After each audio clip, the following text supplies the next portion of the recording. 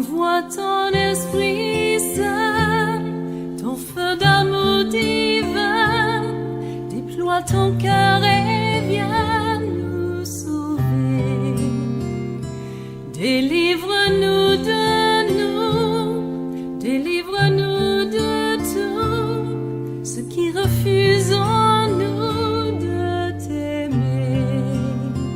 Du sang de ton agneau, déversons-nous le flot des abondantes eaux de ton pardon. Viens inonder nos vies, restaure-nous, guéris ton Église.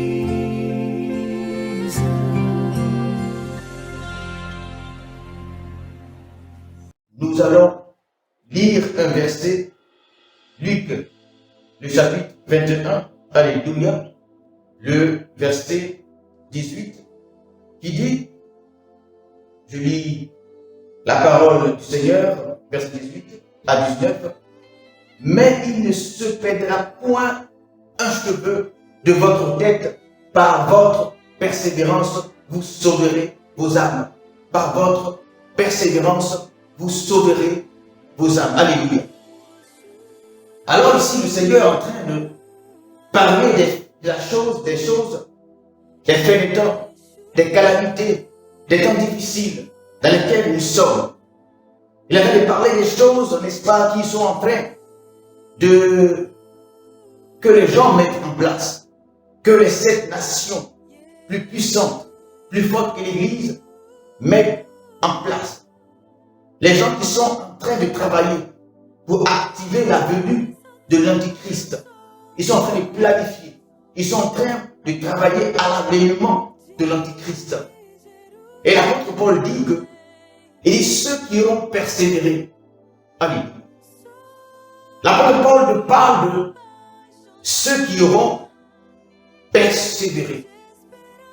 Il dit, il ne se perdra pas un seul cheveu de votre tête. Alors, par votre persévérance, vous sauverez vos âmes. Alors, ceux qui vont persévérer, est-ce que donc c'est tout le monde qui va persévérer? Tout le monde ne va pas persévérer. Mais en tout cas, ceux qui auront la capacité, ceux qui auront le courage de persévérer, ils vont sauver leurs âmes. Question. Est-ce que ceux qui ont persévéré, c'est Dieu qui leur a dit de persévérer? Est-ce que Dieu a décidé que celui-là, qui ne persévère pas, celui-là, sa tête ne me plaît pas, lui aussi, il ne faudra pas qu'il persévère. Lui-là, il doit pas aussi persévérer. Voilà, celle-là doit persévérer. Celui-là aussi doit persévérer. Lui qui est là-bas, il doit persévérer. Lui-là, non, il ne doit pas persévérer. Parce qu'il doit aller en enfer. Tu décides, oui, il doit aller en enfer. Tu décides qu'il doit pas aller en enfer, l'autre aussi, il doit aller en enfer, celui doit aller en enfer. Lui, il doit persévérer. Voilà donc. Et Dieu fait que ces personnes-là persévèrent et également lui-même, il sélectionne ceux qui ne vont pas persévérer. Je pense que nous avons longtemps parlé de ces choses-là et croyons que c'est inutile de continuer parce que nous savons, nous comprenons aisément que ce n'est pas Dieu qui sélectionne ceux qui vont aller au paradis et ceux qui vont aller à l'enfer. Et donc, la Bible n'a pas dit forcément que l'Antichrist va amener tout le monde. Vous voyez, lorsque nous parlons de ces choses-là, souvent les gens disent que c'est écrit dans le ciel. Et donc nous ne pouvons rien faire, c'est faux. La Bible dit que certains parmi nous, dans la fin des temps, seront trahis par le frère, seront trahis, n'est-ce pas, par le femme. La Bible parle, n'est-ce pas, des morts, la Bible parle des crises. L'Apocalypse parle de beaucoup de choses qui vont arriver. N'est-ce pas? C'est vrai, Jésus-Christ a parlé des temps difficiles, des calamités qui vont arriver. Il a dit, si Dieu va au champ, il a présenté plusieurs figures, plusieurs images, afin que nous puissions être prêts, afin que nous puissions être conscients de la fin du monde, afin que nous puissions être conscients de ces choses-là, afin de nous préparer. Et il a dit également que ceux qui persévèrent, ceux qui persévéreront, n'est-ce pas, sauveront leurs âmes. Alléluia. Oui, les choses vont arriver. Mais est-ce que le Seigneur a dit que c'est toi que ces choses vont emporter? Oui, les temps difficiles viendront, mais est-ce que le Seigneur a dit que c'est moi? Est-ce que le Seigneur a dit que je vais fléchir? Est-ce que le Seigneur a choisi ceux qui vont fléchir et ceux qui vont rester fidèles? Non, tout dépend de notre décision. Et nous l'avons vu dans Luc. Luc, le chapitre 21, le verset 18. Il a dit, n'est-ce pas, que un seul de vos cheveux ne tombera par votre persévérance. Si toi tu persévères, si ton frère persévère, les calamités vont arriver, mais ils ne seront point à terre. Bien-aimés, c'est vrai que beaucoup vont tomber, c'est vrai que beaucoup vont chuter, mais Jésus n'a jamais dit que c'est toi. Jésus nous donne toujours les moyens de tenir ferme. Jésus, le Seigneur, nous donne toujours les moyens de tenir bon. Alléluia.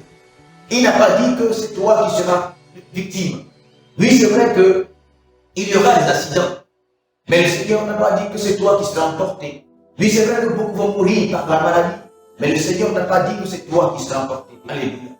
Alors nous ne devons pas être passifs, nous ne devons pas être pessimistes, mais les choses vont arriver, c'est vrai, mais le Seigneur n'a pas dit que c'est nous que cela va emporter. Alléluia. L'Église a la capacité de sauver les vies. Alléluia. Alléluia. Tout ne dépend pas de Dieu. L'Église a une grande responsabilité dans l'avenir du monde. L'Église a une très grande responsabilité dans l'avenir des choses. Et l'Église doit se lever, les pasteurs doivent se lever, les serviteurs de Dieu doivent se lever. Nous devons nous élever. Nous ne devons pas dire que les choses arrivent parce que c'est écrit dans le ciel. Alléluia. Non, bien-aimés, l'Église de Jésus-Christ ne doit pas subir. Les chrétiens ne doivent pas subir. Car Jésus dit, je vous donne le pouvoir de marcher sur les serpents, de marcher sur les scorpions, de marcher sur toute la puissance de l'ennemi, et rien ne pourra vous nuire. Alléluia. Jésus dit que celui qui est en nous, celui qui est en toi, celui qui est en vous, est plus grand que celui qui est dans le monde. Alléluia. Non, nous ne devons pas subir. Il a dit que même les puissances de terre, les portes des séjours des morts ne prévaudront point contre l'Église. Alléluia. Il a dit que tout pouvoir m'a été donné. Il dit, je vous donne le pouvoir. Nous avons l'autorité de Dieu. Nous avons toute la puissance de Dieu. Mais la foi vient de ce qu'on entend. Et ce qu'on entend vient de la parole de Dieu. Non, l'Église ne doit pas subir. Non, les chrétiens ne doivent pas subir. La preuve dit, vous imposerez les morts malades, ils seront guéris. Vous parlerez de nouvelles langues. Il a dit que vous saisirez des serpents, ils ne vous feront aucun mal. Vous boirez également des breuvages mortels et rien ne vous arrivera. Le ciel nous a accordé la force, le pouvoir d'être plus fort que ce qui est dans le monde. Alléluia. L'apôtre Paul a pu dire, je puis tout par celui qui me fortifie. Alléluia. Alléluia. L'Église ne doit pas subir. L'Église a la force. L'Église a la capacité. L'Église a la possibilité, n'est-ce pas, de vaincre les puissances des ténèbres. L'Église a l'autorité, la force de vaincre les puissances de Satan, de vaincre Satan lui-même. À combien plus forte raison les Illuminati, à combien plus forte raison les francs-maçons, à combien plus forte raison les personnes dans les sectes. Mais bien malheureusement, nous dormons comme, n'est-ce pas, les ouvriers dormeurs dans Matthieu 13. Ils sont allés planter le blé, ils ont dormi. Et la nuit, lorsqu'ils étaient fatigués, lorsqu'ils étaient, n'est-ce pas, pesantis, le diable a amené ses serviteurs afin de planter l'Ifrère. Lorsque Jésus était à Gethsémani, avec ses apôtres, il leur a dit, priez, aidez-moi, soutenez-moi en prière. Jésus s'est avancé un peu pour aller prier. Il est revenu quelque temps après. Il les a trouvés empesantins. Il les a trouvés dormants. Ce n'est pas Jésus qui lui a dit de dormir. Nous avons la capacité aujourd'hui d'entendre la parole de Dieu. Nous avons la capacité encore aujourd'hui d'obéir à la prédication de l'évangile.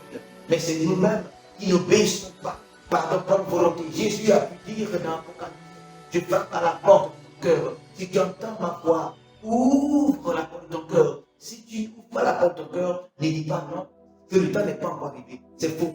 Bon, c'est toi-même qui ne veux pas ouvrir la porte de ton cœur. Car tous les jours, c'est le bon moment.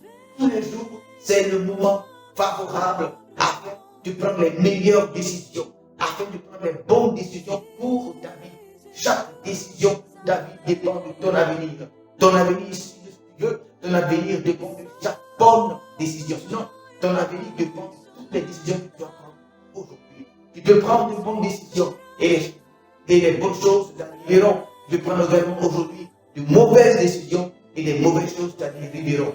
Et si les mauvaises choses t'arrivent, ne dis pas que c'est Dieu qui l'a fait. Ce n'est pas Dieu qui l'a fait. Alléluia. Alléluia. Oui, les moments difficiles vont venir. Mais le Seigneur n'a pas dit que c'est toi qui vas emporter. Car tu as la capacité, n'est-ce pas, de prendre de bonnes décisions. Il a dit, par votre persévérance, vous sauverez. Il n'a pas dit par ma propre volonté. C'est-à-dire que le Seigneur dit, ni la mort, ni la vie, ni les auteurs, ni les démons, ni les anges, etc.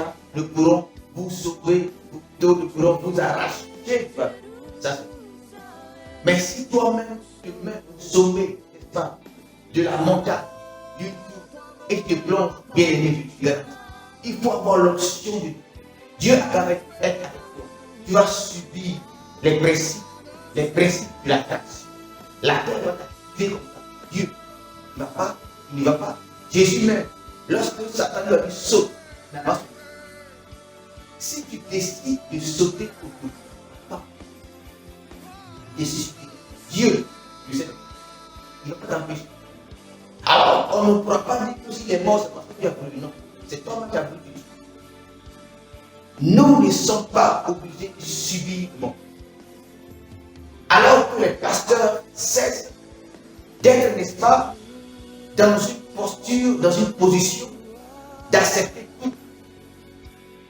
Si toi, tu ne peux pas, si toi, tu n'as pas la capacité, si toi, tu n'as pas le pouvoir, si toi, tu n'as pas la force de faire autrement, si tu as peur des géants devant toi, si tu as peur des géants dans la politique, si tu as peur des géants qui prennent des décisions, n'est-ce pas, dans nos assemblées nationales, si tu as peur des géants qui prennent des décisions pour nos enfants, alléluia, des géants prennent des décisions pour nos enfants.